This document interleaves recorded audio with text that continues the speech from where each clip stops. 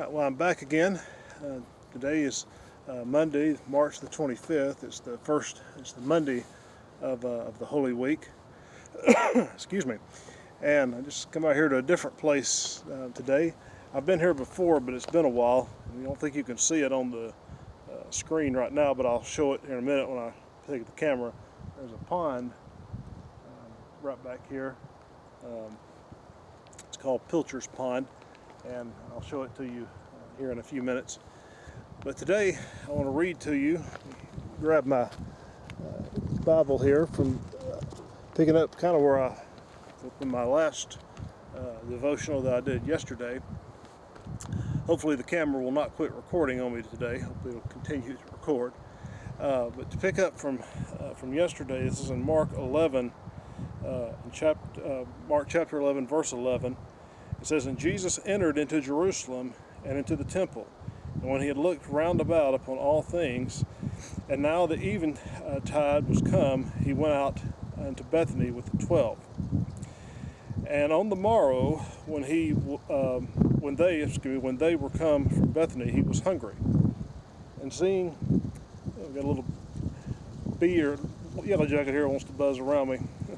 All right, so, and seeing a fig tree afar off, having leaves, he came, if haply he might find anything thereon. And when he came to it, he found nothing but leaves, for the time of figs was not yet. And Jesus answered and said unto it, No man eat fruit of thee hereafter forever. And his disciples heard it.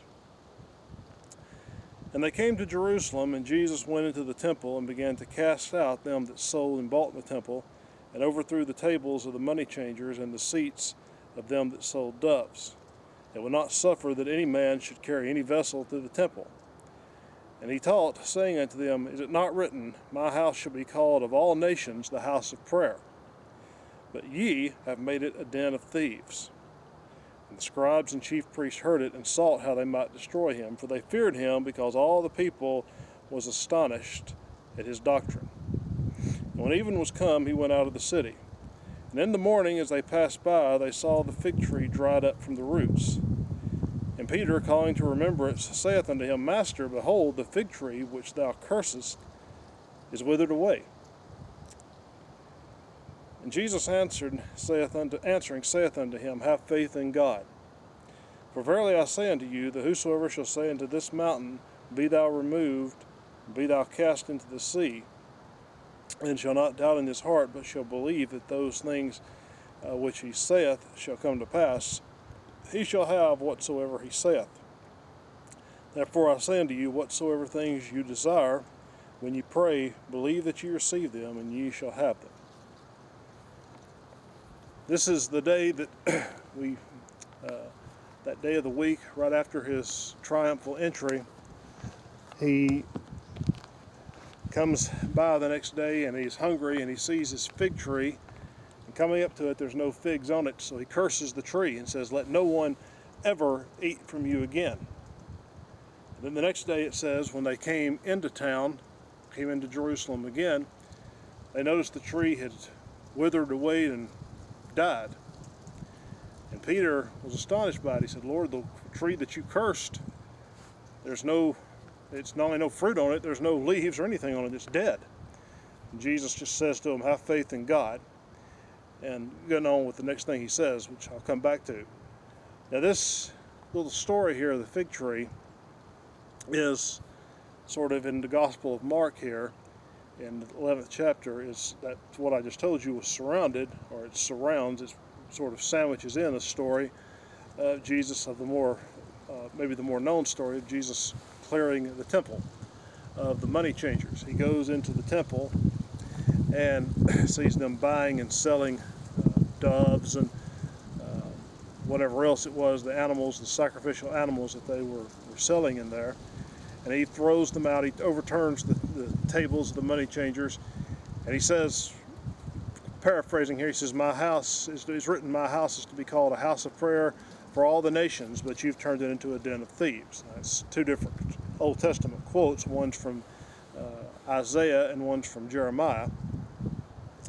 But he goes in there and he gives them this quote, or two quotes from there. It says, My house, the temple, was supposed to be a house of prayer for all the nations, which meant actually for all the Gentiles. That was the word for nations. It was just used interchangeably with the word for Gentiles. And it's largely believed that where Jesus was what was called the court of the Gentiles. In other words, in Isaiah talks in those chapters where you would see that, is he talks about being the light to the Gentiles. In other words, you were supposed to be a light to the Gentiles. This was supposed to be a house of prayer for the Gentiles to come and to pray to the God of Israel. He says, but you have done just the opposite. You've turned it into a den of thieves, which was a quote from Jeremiah. With Jeremiah's day, it's in the 7th chapter of Jeremiah when he condemns the leaders and the people of his day. It's actually kind of an interesting thing. What happens in Jeremiah's day, what he's saying is happening is thieves are coming in here, and this is kind of becoming a sanctuary for them. It's become a hideout for the thieves. In Jesus' day, it had gotten worse. It wasn't just a hideout for thieves. They were doing their thievery. They were doing their theft right in the middle of the temple. So it actually had gotten worse in Jesus' day than what it had been in the day of Jeremiah. But these stories are tied together, the fig tree and the cleansing of the temple, because they're sort of a representation, the fig tree representing the temple. Jesus goes to the fig tree, he sees no fruit on it. And he goes into the temple, he sees no fruit there either. The fig tree was largely considered to be representative of the people of Israel. And so he goes into what was the sort of the uniting force about Israel. It's where it was the center point of Israelite, Jewish, however we want to say it, of their life was the temple. And he goes in there, and in a sense he sees no fruit there either, none of the fruit of what it is they were supposed to be. They were supposed to be a light to the Gentiles, but they weren't. And he casts them out. He turns them out. He essentially goes in there and curses them as well. And as Jesus had said to the fig tree, let no man take fruit of thee forever, he essentially curses the temple in the same way. Later on, it's not in Mark's account, but in Matthew, in the 23rd chapter of Matthew, he leaves the temple and says, your house is left to you desolate. You'll notice at this point here, he's saying, my house is to be called a house of prayer for all nations. But at this point, when he leaves the temple, after he says he puts the various woes on the scribes and the Pharisees in the 23rd chapter of Matthew, he says now to them, he says, your house is left to you desolate, or if you will, empty. It's gone. It's almost a sense there's been a transfer of the title here, that this is no longer his house, but it's now your house. It's not mine anymore. It's not my residence anymore, and no fruit's ever going to come from it ever again. So there's a curse he places upon the temple as well. But when Peter asked him about, incidentally, the tree, he said Peter just remarks really about how the tree is dead. There's no fruit on it now. It's dried up. It had had leaves and all. But now nothing is on it, and it's dead. And Jesus said to them, not just about the fig tree here, said, but if you say to this mountain, and he says, be thou removed and cast into the sea, and don't doubt in your heart, but believe, it'll be done for you. Now, a lot of it's been written over the years about moving mountains out of your way and that sort of thing, and a lot of people have tried to spiritualize this, but Jesus, when he said this mountain, obviously was referring to something very specific. If I were to tell you around here, for example, pick me up, you can't see it here, but I'll grab one here. If I were to say pick me up a stick, you can pick up this one, and there's several more here. It's like somebody's, I think, had a wood pile for burning, because there's a place over here for a campfire. If I said pick me up a stick, you can pick up any of the sticks, and you'd be doing what I said. But if I were to say hand me this stick, you couldn't pick up any of these and hand them to me to do what I said. You'd have to actually give me this one. And so Jesus was referring to a specific mountain, probably the one he had just been in, because of where they were. The Temple Mount was right there. They could have looked and seen it very easily from where they were. And he very easily could have pointed to it and said, if you say to this mountain, be thou removed and cast into the sea. But since that mountain, the Jewish leadership that was there was going to provide a lot of opposition to the early church. And I talked about it last week with Peter. On that one thing I said about Peter is that when he and John and others were beaten, they go back and rejoice that they were counted worthy to suffer. Well, it was by the Jewish leadership that had did that to them. And that was going to provide, going to cause a lot of problems for them. But he says, you pray that that be removed out of the way. And the church flourished. The opposition that was given that came from the temple and the Jewish leadership did not stop the church. It was removed out of the way. And it is no more. Within a few years, it would be the temple itself would be no more.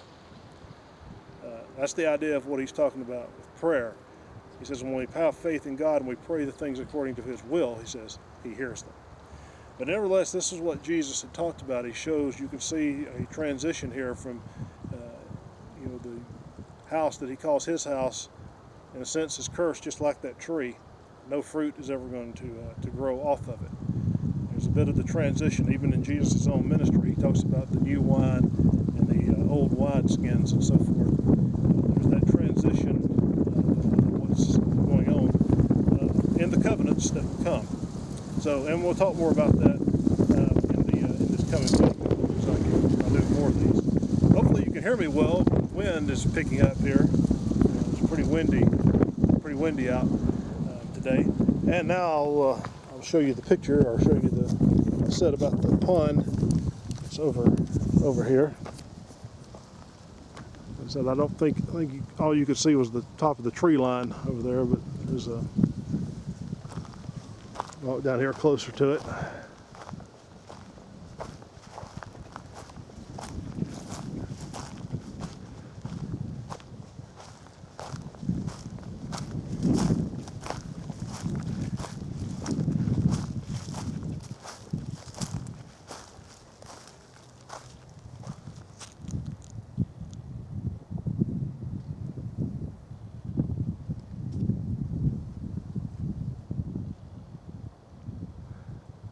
And a lot of people, as you might imagine, come and fish here.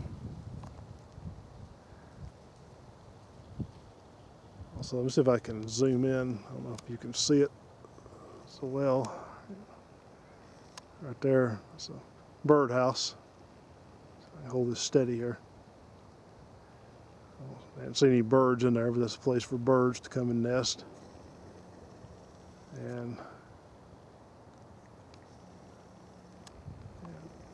there's one on the other side. One there as well.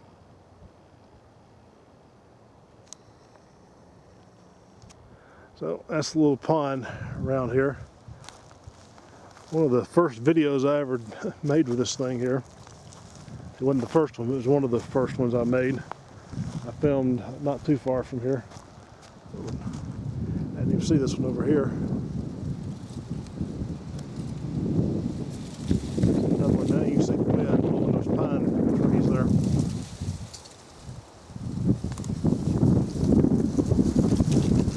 And you can probably hear it even better. It's not too cold out. As you can see, I'm wearing short sleeves. I did have a jacket on, but it is not all that cold out today, but it is windy. So it's kind of cool, the springtime, so it's not too right there was where I picked up that stick from the pile, and right there is where you have a campfire at.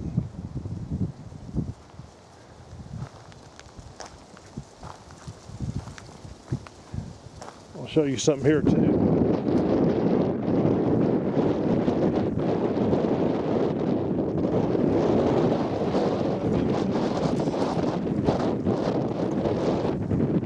wind die down here. There's a bunch of butterflies that are right there. I can get a little closer to them. I might make them move here. You can see them moving off. I don't want to scare them too bad because that's their area, but so I'll let them come back to it. All right, well, it is very nice out. Other than the wind, maybe hopefully not messing up your ability to hear me too much, but I'm going to cut it off right here, and hope everybody's having a blessed Holy Week so far. And I will be back hopefully tomorrow, if not the day after that. So everyone have a blessed day, blessed week, and I will talk with you later.